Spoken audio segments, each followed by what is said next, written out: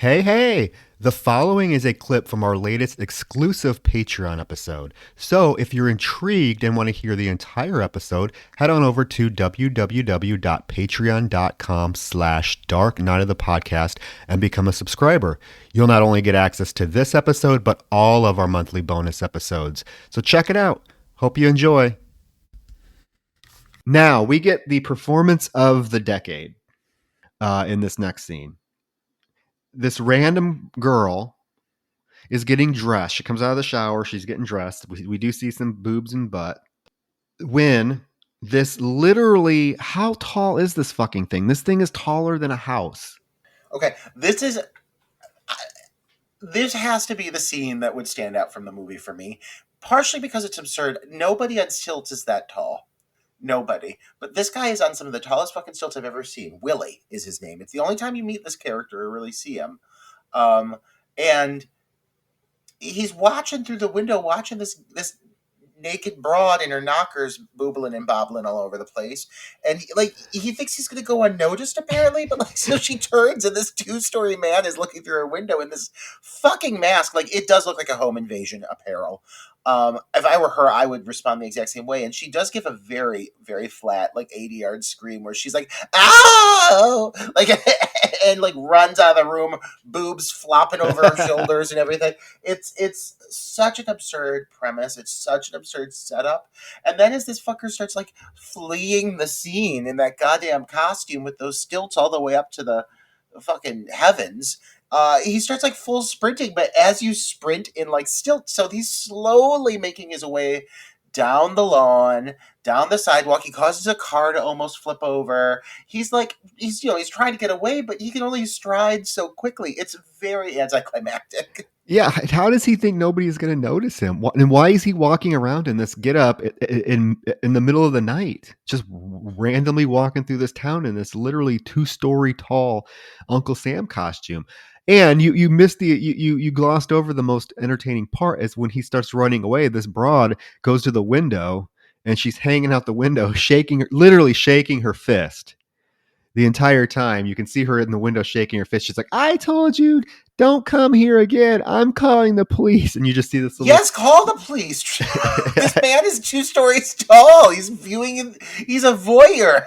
Yes, call the police.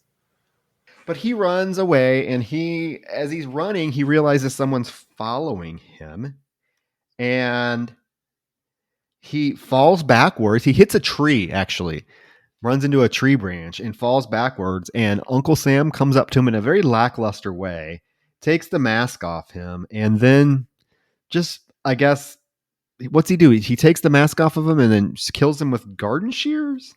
Yeah, but it's done off camera. You see it come at the camera.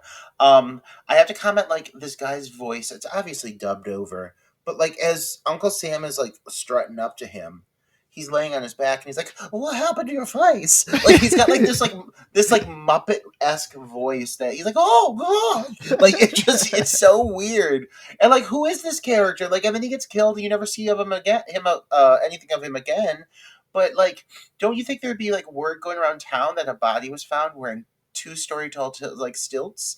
Don't you think that that would hit the news, hit the media? Don't you think there'd be a Gail Weathers out there who'd want to capitalize on that fucking story? Local man found after viewing woman through window and sprinting in 12-foot tall stilts. It just seems so specific. It seems very specific that nobody would acknowledge that this man's body was found. No, and then the other two kids he offs, they're not acknowledged either, and he leaves one hanging from a flagpole. Oh yeah, that body had to be found. No one's picking up on this shit. Why is there... Okay, first of all, so he goes to the graveyard to find these kids who were vandalizing his grave. One of them goes off to urinate and is immediately sprayed in the face with spray paint. I thought he was literally being spray painted to death. I was like, is this how this guy's going to die? There's more to it, though. There is more to it. There is more to it because he falls into the grave, the open grave, and basically, I mean, it's in a lackluster death scene, I guess. He sells it, though. He's not bad. The kid sells it quite a bit, actually. It's probably one of the better acted moments of the film as Uncle Sam is shoveling the dirt on top of him and this kid realizes he's being buried alive. So he gets buried alive, and the other kid gets grabbed and strung up on the flagpole, which is in the middle of this goddamn cemetery. And Uncle Sam leaves him there. You literally see him hang the kid, wrap the rope around the knob of the flagpole, and walk away. So you're trying to tell me nobody saw this kid hanging from a flagpole in the middle of town. Nobody saw the kid laying dead in the town square in his 15-foot stilts. It's just not mentioned. Like, it's just not mentioned. It's completely open-ended. And really, you think these are things that people would pick up on. It must be the same town that American Psycho 2 took place in, where nobody is mentioning the dead body that was found in the library or the professor that falls out the second-story window. It's just ignored.